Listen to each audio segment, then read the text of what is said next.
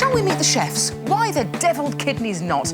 This lot all work round the corner from each other in London's swanky Mayfair, and they have an astonishing 5 Michelin stars between them. So let me introduce you here to Phil Howard. He's a chef and co-owner at The Square, which was awarded 2 Michelin stars back in 1998. He's held on to both of those stars ever since. A bit like that.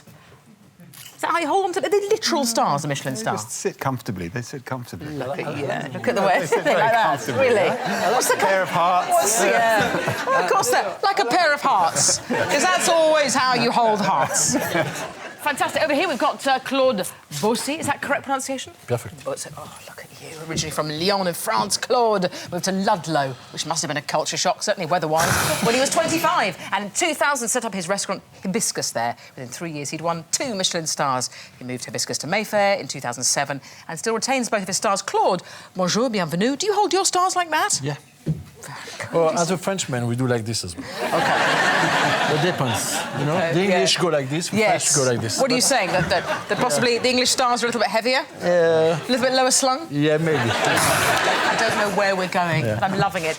Over here, thank you, Claude, over here is Kochhar. Atul was the first Indian chef ever to be awarded a Michelin star. He won his first back in 2001 and then went on to open his restaurant Benares, and in 2007 won a star there too, which he still holds. You're holding 1 star. How'd you do that? Like that. So our first question today is coming from Kristen. Where's Kristen? Here. Hello. Marvellous. Now, what is your question to our chefs? Well, I'd love to learn how to make restaurant-style sauces, and I wonder if they'd be able to help. So, OK, let's find out the best starter restaurant sauce. Claude, this one's with you. Yeah. Now, what sauce would you recommend for Kristen? A beurre blanc. A beurre blanc. Nice, simple beurre blanc. I think it's probably simple for someone like you of your skill, but could somebody like me, someone like Kristen, do it easily? Anybody can do it. OK.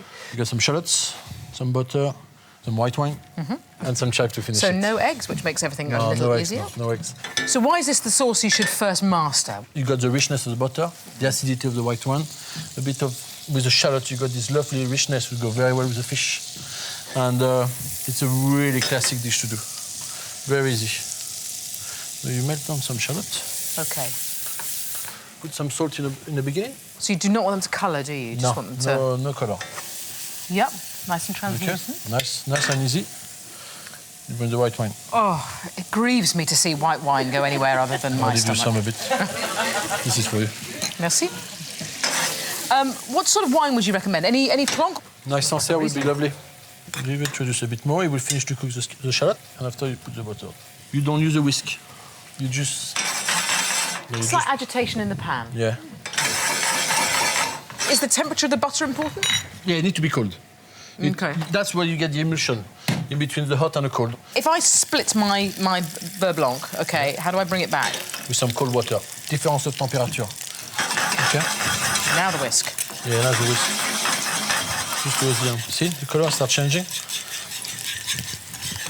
Oh, delicious. Some people like to put a bit of cream to get to make sure you get a nice consistency.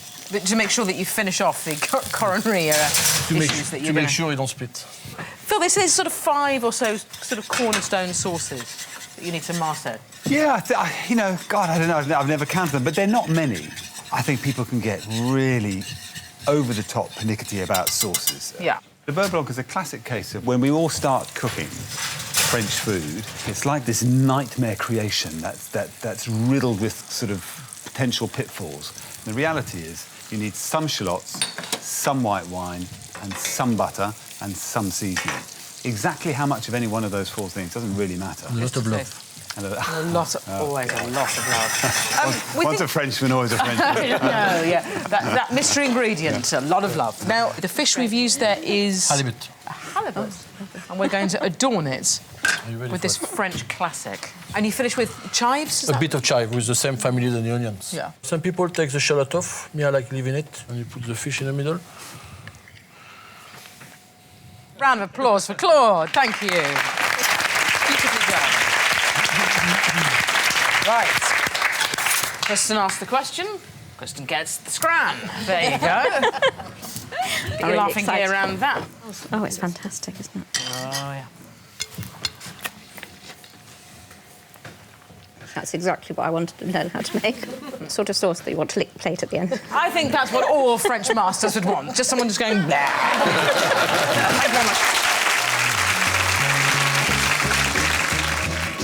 Fancy yourself as a sauce to be reckoned with? Listen up. Master 5 key French sauces and their derivatives come easy. Classic bechamel, stock-based velouté, rich brown espagnole, emulsified hollandaise and sauce tomate. Does your sauce split? If it's hot, try an ice cube. If it's cold, add a dash of hot water and stir like crazy. Suffering from lumpy bechamel? Heat your milk and use a whisk. Right, enough sauciness. It's time now for a cheeky peek behind the pass. 2 oysters, 2 truffles. 4 beef, 1 gluten-free and a cod. Prawns, please. As we enter the world of the Michelin-starred master. You have to wait until the rice will sing. Just as a dazzling dish comes together.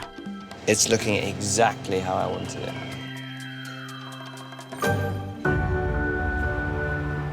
This week, we're in Devon.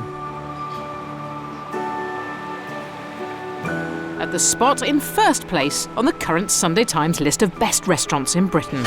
Table 2, mains away then, please. Pollock lamb.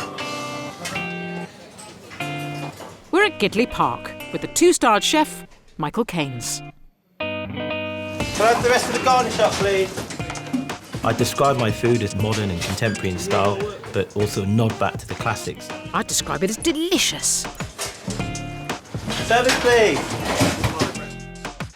Today, he's going to show us some of the tricks behind one of the most popular dishes on his menu, Dartmoor lamb with boulangère potatoes.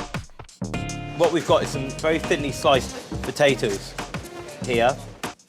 A classic French boulangère is made by layering potato slices with onions and then baking in the oven. But Michael's giving his spuds a meaty twist. The lamb shoulder we marinate and then slowly cook in the lamb fat until it's completely soft. And then once that's confit, we're sandwiching it in between the layers of potato.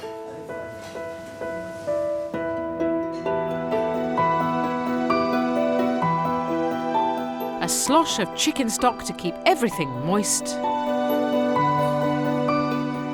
And the potatoes are ready to be baked. Parchment paper, and then a lid on top of that, like so. And then we put a couple of pans on just to weigh it down while it's cooking. Cooking in the oven, about 180 degrees, about 20 minutes to half an hour. His next job is to make a flavoursome jus that'll give the dish its final flourish when served. I'll just deglaze the pan. It's made by simmering together roasted lamb bones, sautéed veg and chicken and veal stocks. And you see that's going to give it its depth of colour. Before being strained through a muslin. It's very hot, but obviously it's one of the perks of having a prosthetic arm.